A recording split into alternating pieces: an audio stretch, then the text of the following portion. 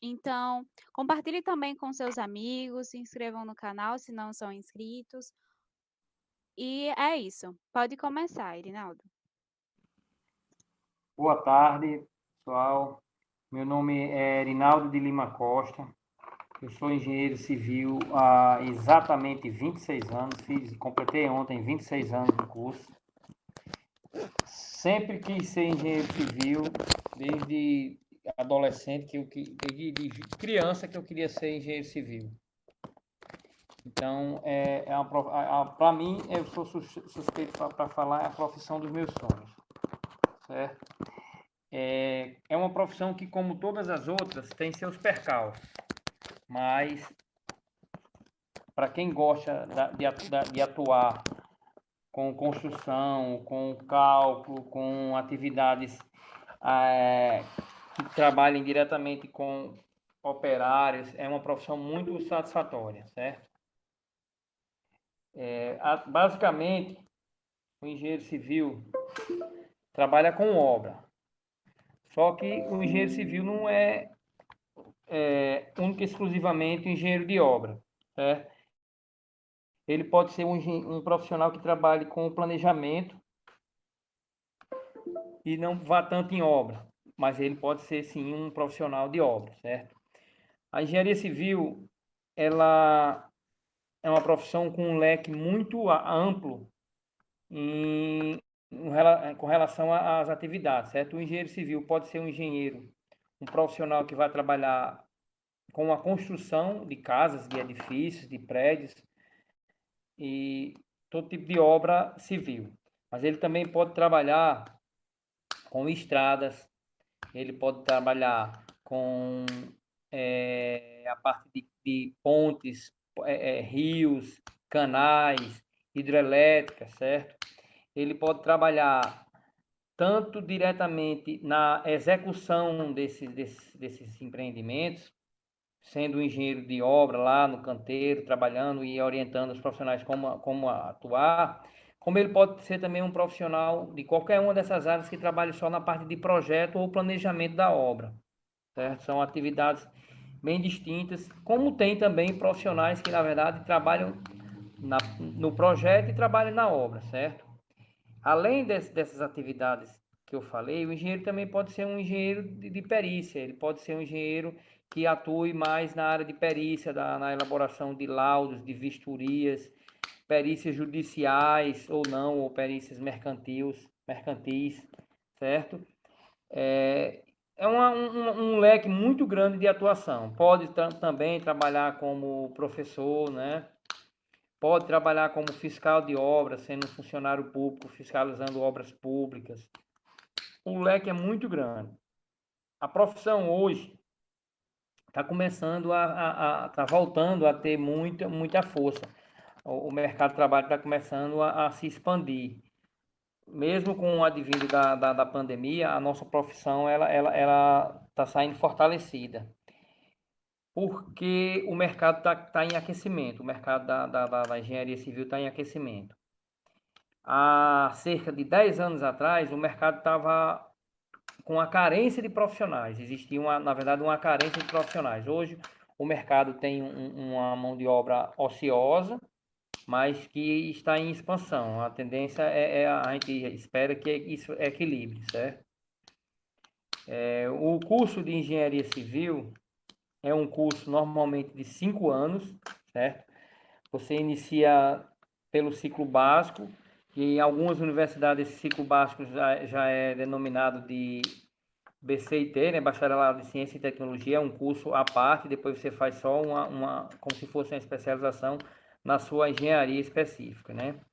Mas basicamente você vai trabalhar com disciplinas de física, de química, muita matemática, certo? Então, geometria, geologia, são disciplinas que, em sua maioria, envolvem bastante cálculo, certo? Envolve bastante cálculo. Então, o engenheiro civil, ele tem que conhecer muito a parte de cálculo, a parte de física, de química, certo? E resistência dos materiais. Ok, pessoal? Como eu falei, eu tenho 26 anos de atuação, Trabalho praticamente sempre no mercado de Mossoró, com poucas exceções. Eu trabalhei em outras regiões, mas a maioria dos meus trabalhos são sempre aqui na região de Mossoró. Eu desenvolvo tanto a parte de elaboração de projetos como de execução. Eu tenho uma construtora, meu escritório de engenharia também atua com a elaboração de projetos, certo? Durante muito tempo a gente trabalhou basicamente com obras de maior porte, porque o mercado. Ultimamente a gente tem feito basicamente só residências, unidades residenciais em condomínios fechados. O mercado para obras maiores está bem retraído. Hoje, basicamente, a construção civil, que é basicamente a área que eu atuo como engenheiro civil, a construção civil, está toda ela sendo mantida pelas unidades habitacionais, certo? Durante muito tempo, a construção civil tinha as obras habitacionais, tinham as obras de grande porte, as obras empresariais, tinham as obras de prefeitura e obras de governo de estado. Só que essas obras, em sua maioria, estão quase inexistentes, certo? Os governos, nem municipais, nem estaduais, muito menos os federais, têm feito obras. São poucas exceções. Então, esse tripé que mantinha a construção civil está desequilibrado. Hoje em dia é basicamente a habitação, que é o que mantém os engenheiros, os operários, quem está dando sobrevivência a gente é a habitação. As obras estruturais, as obras de prefeituras e governo de estado são muito escassas, quase não existem. A economia, quando sofre, esse tipo de obra é uma das mais difíceis de ocorrer, né? Com as empresas sem dinheiro, elas não vão fazer expansão, né? Já a habitação não, a habitação se mantém principalmente porque tem incentivo do governo, porque a habitação é um problema social. Então, a habitação, por mais que a crise exista, as pessoas continuam nascendo, continuam casando vai sempre existir essa demanda. O pessoal que está assistindo tem perguntas, tem algumas curiosidades, algumas coisas que eles queriam saber especificamente sobre o curso, sobre a profissão. Alguém teria alguma pergunta?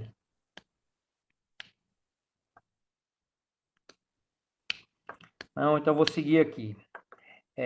A engenharia civil é uma profissão que é regulamentada pelo que muita gente já conhece, o que é o CREA, né? Que é o Conselho Regional de Engenharia, Agronomia e Geociências, né?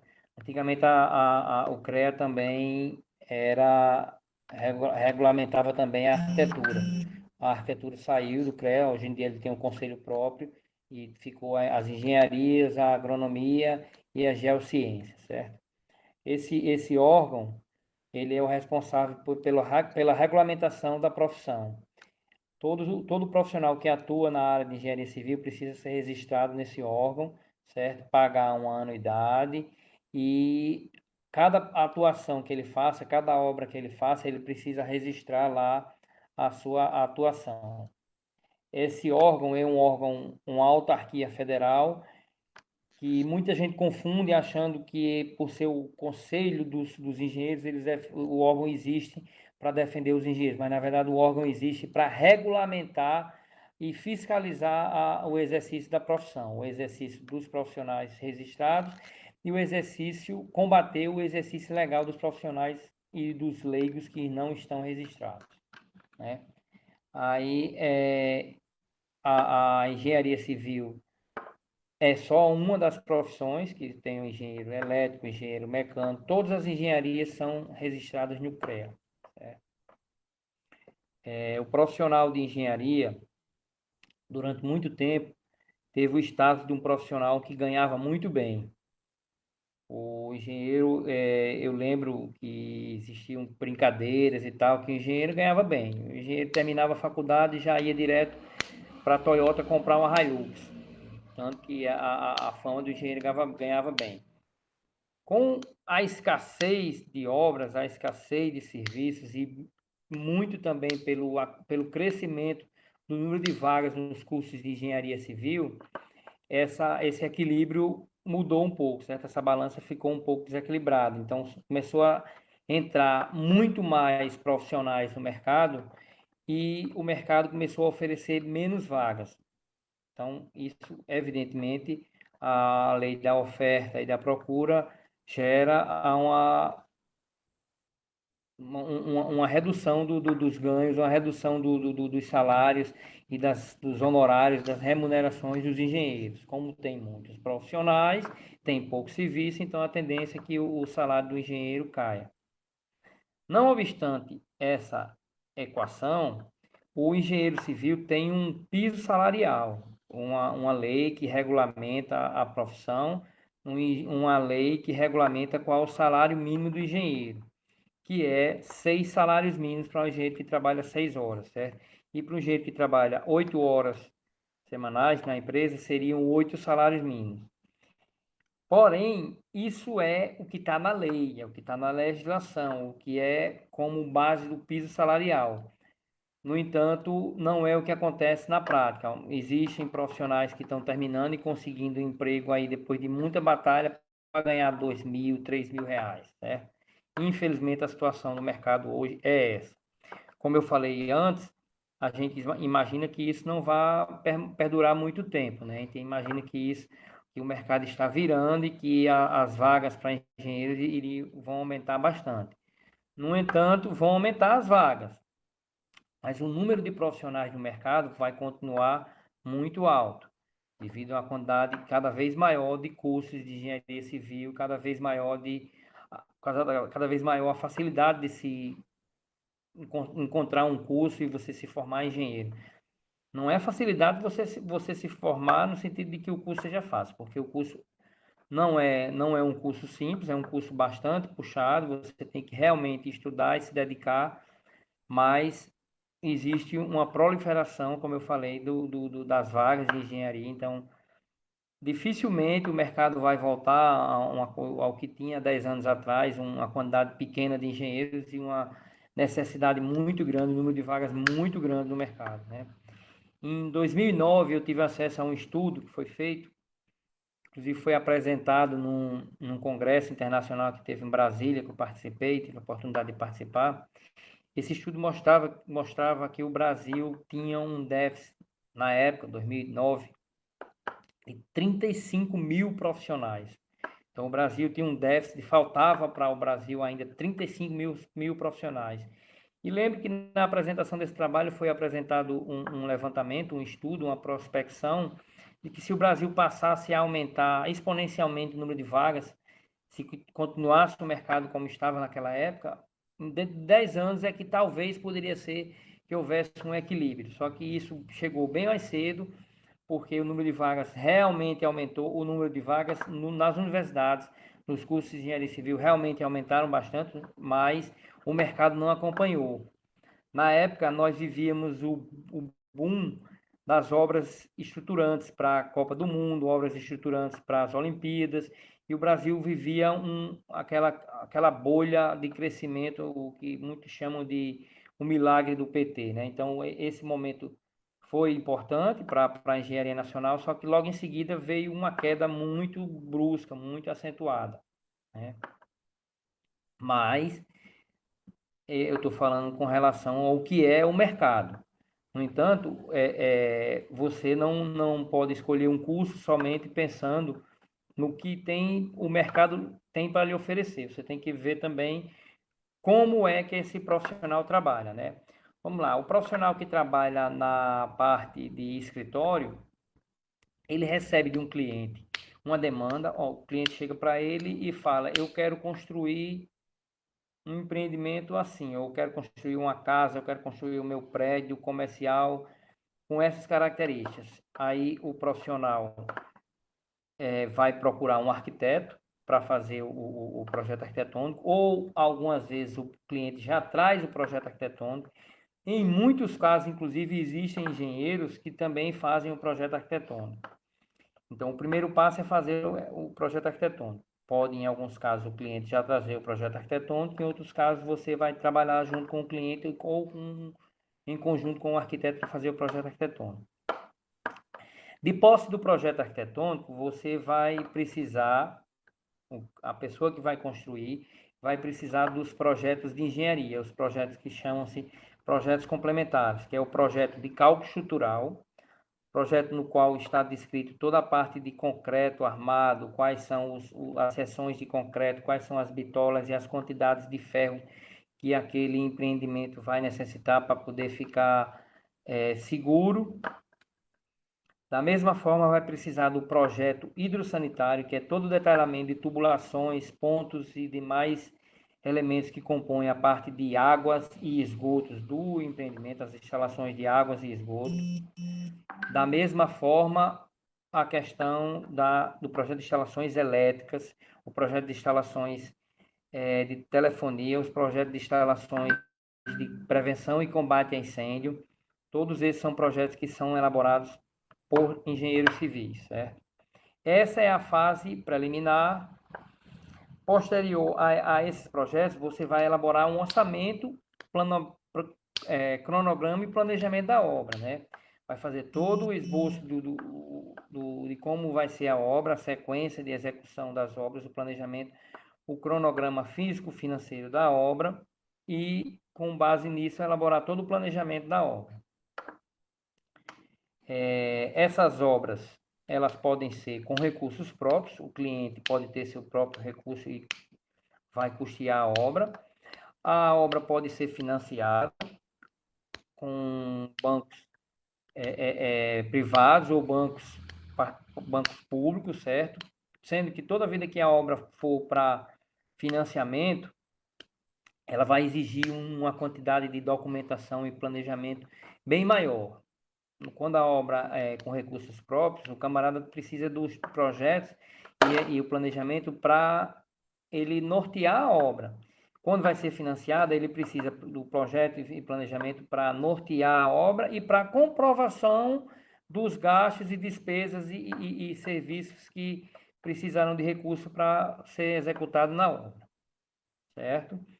Bom, essa é a etapa de escritório, né? Elaboração de projetos, elaboração de cronograma, planejamento. Aí vem a fase de obra. Qual o papel do engenheiro na obra? O engenheiro é o primeiro profissional a chegar na obra e o último profissional. Ele quem vai delinear todo o trabalho a ser executado na obra, durante toda a obra, baseado naqueles projetos, cronogramas e planejamentos que foram desenvolvidos preliminarmente. Muitas vezes esses projetos e esses planejamentos precisam ser adequados, adaptados, sofrem alterações por mudanças do projeto original, certo? E é papel do engenheiro civil fazer todo o acompanhamento desses projetos e da execução dessas obras, certo?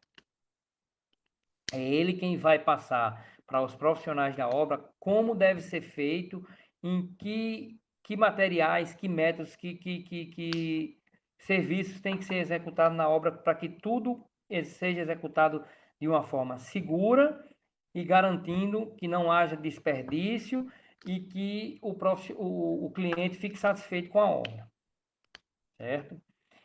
Outro papel que pode ser desempenhado numa obra dessa pelo engenheiro é uma vistoria, fiscalização. Por exemplo, se a obra for financiada, tiver recursos de terceiros, de banco ou de outra instituição, esses órgãos geralmente precisam fiscalizar e ver se a obra está sendo realmente executada dentro dos parâmetros que estavam no seu planejamento e que os recursos estão sendo gastos realmente dentro da obra.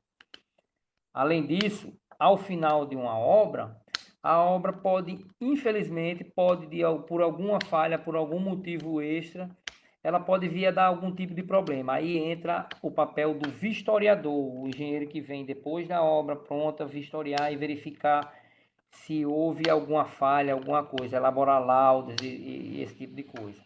Além do vistoriador para verificar defeitos, que a gente chama vícios de construção, tem também o profissional de engenharia civil que vai vistoriar uma obra para emitir um parecer jurídico, legal, ou mesmo mercadológico para verificar o custo daquele imóvel, se for num caso de uma necessidade de venda ou algo desse tipo, certo? Então, basicamente, eu falei sobre obras de construção civil, né? Paralelamente à construção civil, podem ter obras, como eu falei antes, de estradas, de portos, de rios, de canais, obras de saneamento. Basicamente, o processo é o mesmo da construção civil, só mudando a área de atuação. Ok, pessoal? Alguma pergunta, alguma dúvida, algum questionamento?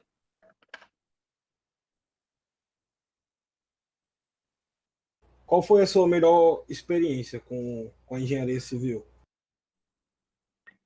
Minha melhor experiência, veja só, eu sou muito suspeito para falar, porque engenharia civil, depois da minha família, é minha maior paixão, meu maior orgulho é ser engenheiro civil. Então, basicamente, toda obra a gente faz com gosto, a gente faz com prazer.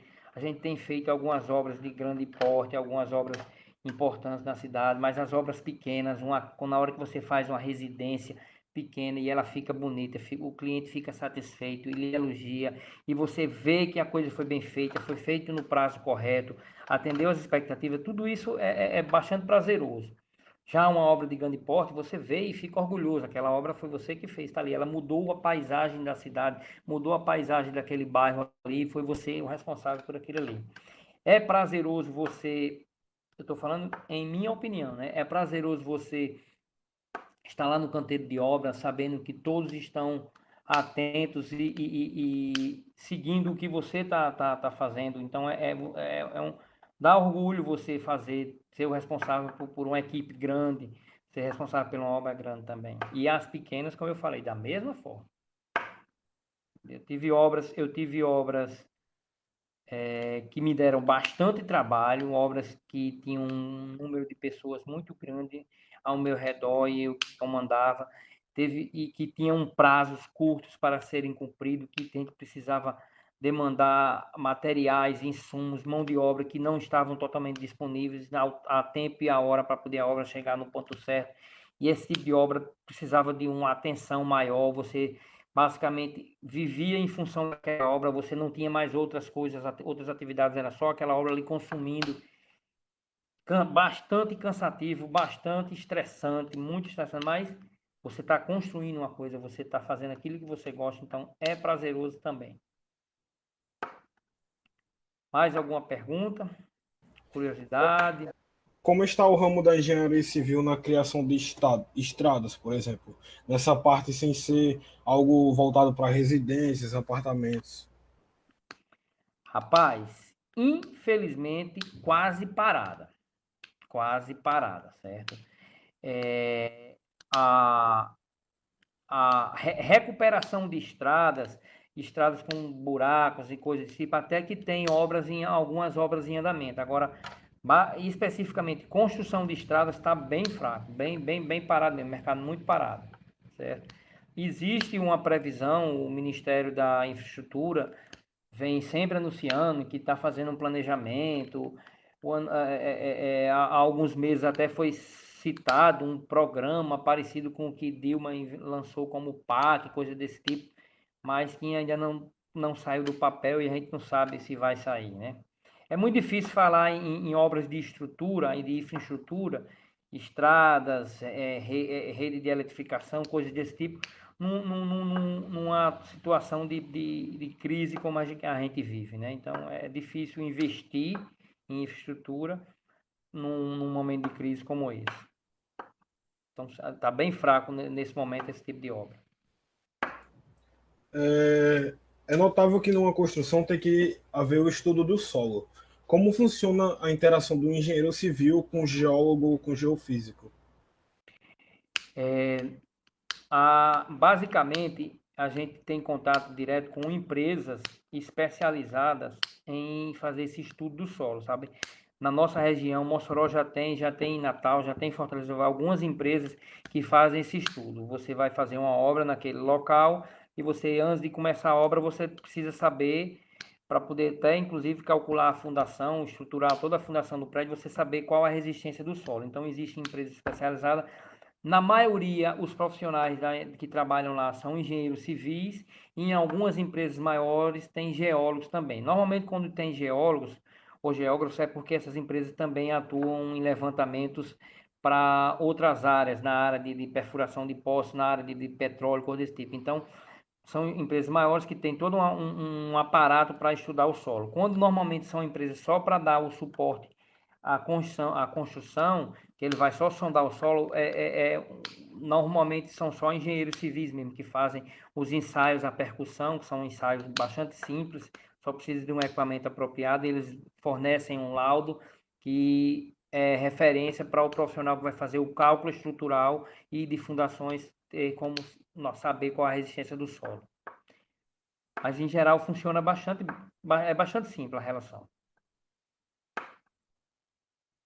Qual a diferença de salário que um engenheiro civil que o engenheiro civil tem realizando obras e para o que trabalha no CREA, por exemplo, fiscalizando? Veja só, o CREA não pode ser qualificado como um ramo uma área de atuação do engenheiro civil, certo? O CREA é um órgão público que tem funcionários que não necessariamente precisam ser engenheiros civis.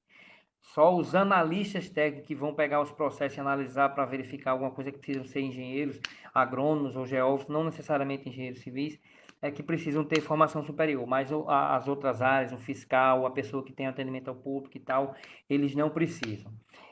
Muita gente acha, inclusive a população de uma maneira geral, acha que o CREA atua fiscalizando se a obra está sendo bem feita, e não é bem assim. O CREA fiscaliza se a obra está sendo executada por um engenheiro civil habilitado e se esse profissional ele registrou aquela obra.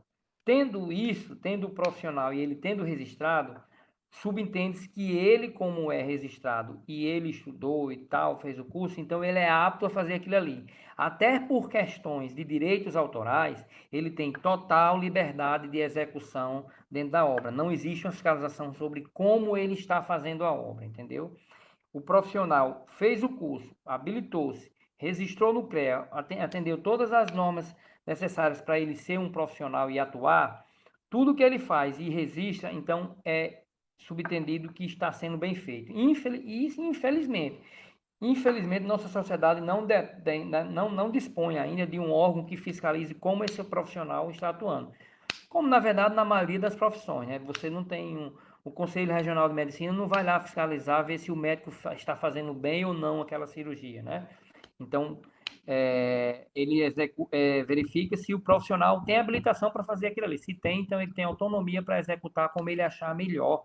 Evidentemente, nós temos um calhamaço de normas e regulamentações que norteiam como se deve ser feito as várias atividades na engenharia. Essas normas podem servir de parâmetro para execução e podem servir de arcabouço para uma vistoria e punição do profissional que não tenha seguido de acordo com aquelas normas. Então, voltando à sua pergunta, como o CREA não tem essa função de fiscalizar como o profissional está atuando, então não tem tanto mercado de trabalho no profissional, certo? Já o profissional, vamos fazer uma comparação aqui com a diferença do profissional que trabalha no campo e o que trabalha no projeto, né? O profissional que trabalha no campo, existe duas formas de ele atuar. Uma é ele como empregado de uma construtora de pequeno, médio ou grande porte, certo? Ele pode ser empregado e atuar dentro da empresa, conduzindo as obras da empresa. Pode ser um profissional que trabalhe ele mesmo por conta própria fazendo as obras, sendo contratado pelos proprietários e executando ele mesmo as obras, contratando e comprando, contratando os profissionais e pagando os materiais. Como pode também o profissional ser dono de uma construtora, né? Então, o profissional que trabalha por conta própria, contratando o pessoal, executando, e o dono da construtora, o seu ganho vai depender muito da sua habilidade de negociar com o cliente os preços, a sua condição de conseguir muitas obras, então vai variar muito. Então é um mercado, é um comércio. Você vai ganhar bem se você tiver muitas obras, vai ganhar pouco se tiver poucas obras. Se você conseguiu vender com a margem de lucro maior, tal. Então, tudo isso é relativo. Em geral, a via de regra, sim, o ganho de um profissional ou de uma empresa numa obra gira em torno de 10 a 15% do valor da obra, certo? Existe um índice chamado BDI, bonificações de despesas indiretas, que você calcula quando você faz uma obra, que esse BDI está incorporado esse ganho do profissional ou da empresa, mas também está incorporado uma série de insumos, como o gasto com escritório, o gasto com transporte, uma série de outras coisas que são mensurados e são reduzidos do lucro, evidentemente, do profissional. Já o profissional que trabalhe diretamente como contratado de uma empresa ou contratado de uma grande obra, vai depender primeiro do seu know-how, da sua qualificação, do prestígio que ele já detém no mercado, e se ele ou isso, se ele tem tudo isso, ou se ele não tem, ou se ele é um profissional recém-formado, não tem tanto know-how, né? Então, ele pode ganhar salário, tem um salário fixo de acordo com a empresa. E esse salário, mais ou menos como eu falei antes, o piso salarial são 6 salários mínimos, mas esse piso salarial a gente sabe que só grandes empresas estão pagando, as empresas menores, a gente tem ouvido falar de empresas que estão contratando por 2.500, 3 mil reais um engenheiro civil, certo? Ou esse profissional pode ser contratado por obra, mesmo uma empresa ou um cliente de grande porte, ele pode contratar, rapaz, eu quero que você execute essa obra para mim, eu vou lhe pagar um salário. E aí isso aí é negociado, levando muito em consideração o mercado, né? Infelizmente, como a gente falou antes, existem muitos profissionais para pouco serviço e cada vez os profissionais estão tentando pegar mais serviço e baixando os seus custos, baixando os seus preços para poder pegar. Já o profissional que trabalhe em elaboração de projetos, ele vai se nortear por tabelas que os sindicatos possuem de cálculo do custo desses projetos, certo? Muito embora, da mesma forma, o mercado é quem vai regular, o mercado é quem vai dizer até onde ele vai poder ir. Tem lá a tabela dizendo que ele vai, naquele projeto, poder cobrar R$ 10 por metro quadrado, vamos supor. Aí, quando ele calcula por metro quadrado, deu, digamos, 10 mil reais. Aí o cliente diz, rapaz, 10 mil reais é caro. Eu tenho um camarada ali que me propôs a 6, me propôs a 5. Aí o mercado, infelizmente, é quem regula. Certo? Mais alguma pergunta? Às vezes nós ficamos sabendo que algumas pessoas constroem as próprias casas mesmo sem ser engenheiro civil, sem ser algum tipo, sem ser formado para construir uma casa. O CREA age nesses momentos ou não há uma fiscalização por não ser engenheiro? Bom, essa sua pergunta é muito interessante. Uma das principais funções do CREA é coibir esse chamado exercício ilegal da profissão. Uma pessoa construir por conta própria, contratando ele mesmo, diretamente o pedreiro, ele mesmo, junto com o pedreiro lá, definindo o que é que vai ser feito na casa, isso é o chamado exercício ilegal da profissão. Não é permitido executar uma obra, qualquer que seja, mesmo que de pequeno porte, sem um engenheiro. Porque essa obra vai impactar na sociedade. A sociedade precisa de uma pessoa qualificada e que seja responsável pelaquela obra. Sem um engenheiro habilitado, não tem como você cobrar de qualquer que seja a pessoa algum problema que venha ocorrer, com o proprietário, ou com o vizinho, ou com alguém que vá passando. Vamos supor, o camarada faz uma marquise, você não tem nada a ver com a obra, não é vizinho, não é nada, você vai passando a marquise e caia. Quem é o responsável? Então, o CREA é quem regulamenta e protege a sociedade, tentando fazer com que só existam obras exercidas por profissionais habilitados. Um problema que a nossa profissão tem é porque na legislação brasileira, o exercício ilegal da profissão da engenharia civil, engenharia elétrica, engenharia mecânica, todas as engenharias, o exercício ilegal da engenharia é considerado uma contravenção penal. Esse tipo de crime é passível de multa, de processos administrativos e coisas desse tipo, e nada mais. Enquanto que algumas outras profissões, o exercício ilegal é considerado crime. Não é uma contravenção penal, é um crime. Por exemplo, o exercício ilegal da medicina é crime. Se alguém for pego exercendo ilegalmente a medicina, ele é preso. Se alguém for pego exercendo ilegalmente a advocacia, ele é preso. Não tem perdão.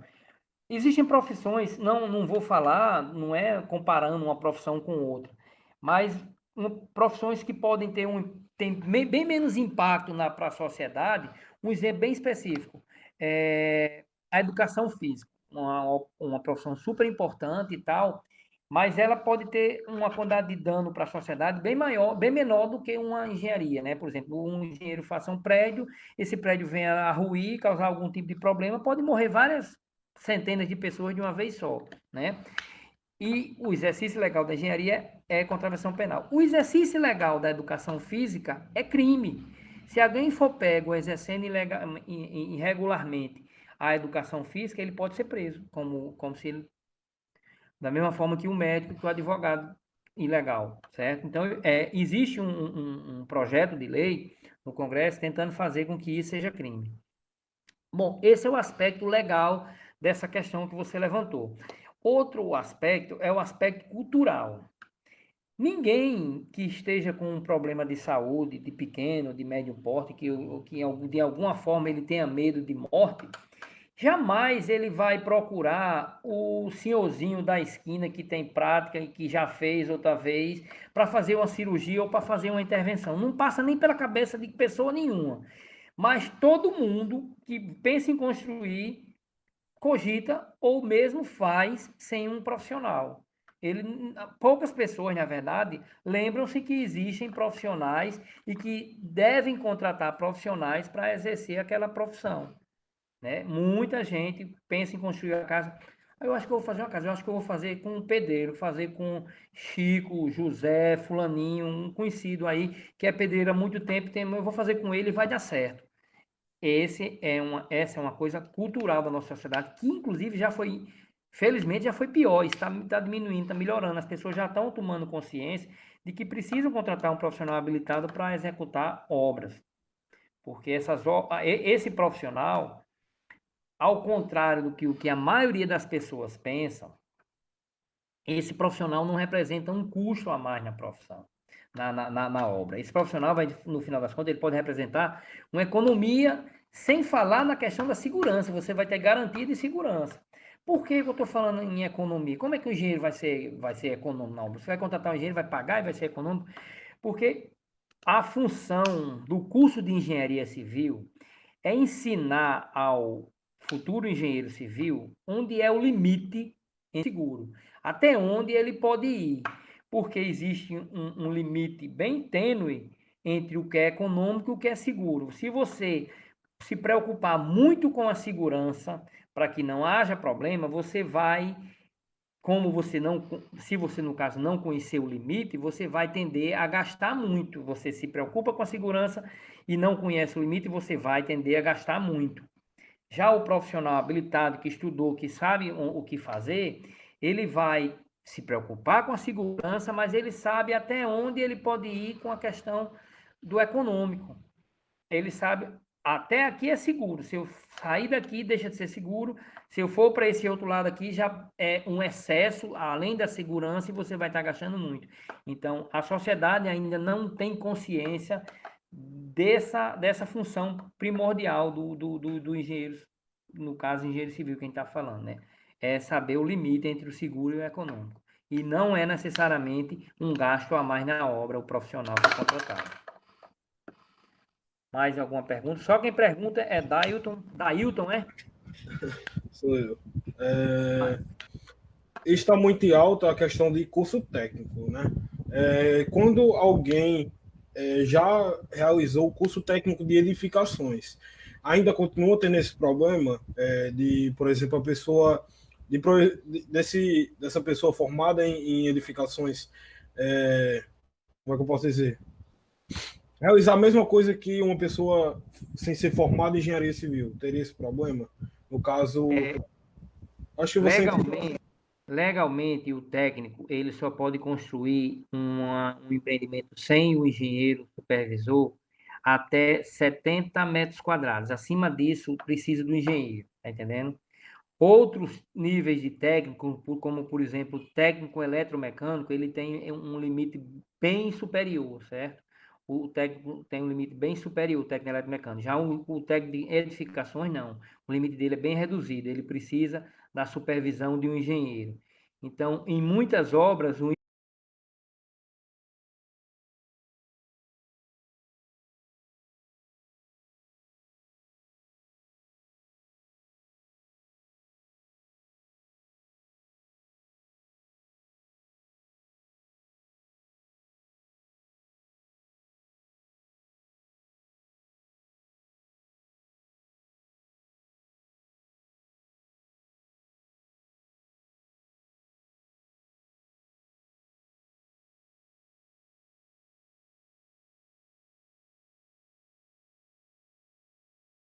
que a gente vai ter o maior prazer em esclarecer, ajudar, tirar alguma dúvida, viu? Estou à disposição de vocês por as perguntas de vocês aí. Vocês acharem que devem perguntar.